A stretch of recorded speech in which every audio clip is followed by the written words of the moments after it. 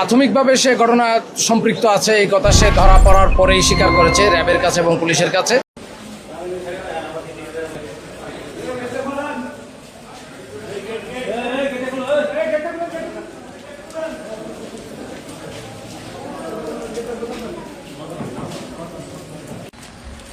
এই ভাই আস্তে আস্তে।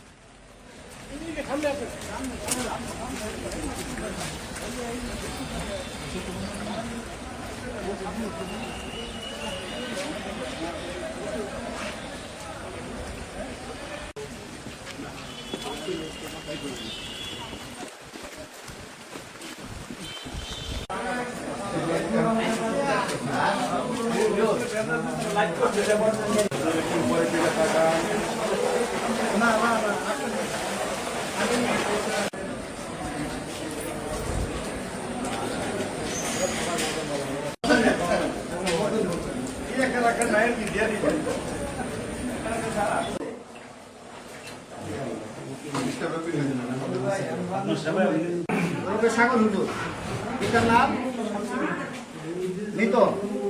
নিত শামসুনিয়া, গ্রাম কোন জায়গা, থানা।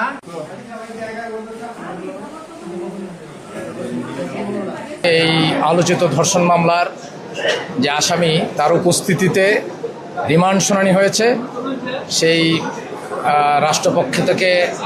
রাষ্ট্রপক্ষে যিনি মামলা তদন্ত করছেন তদন্তকারী কর্মকর্তা 7 দিনের রিমান্ড চেয়েছিলেন।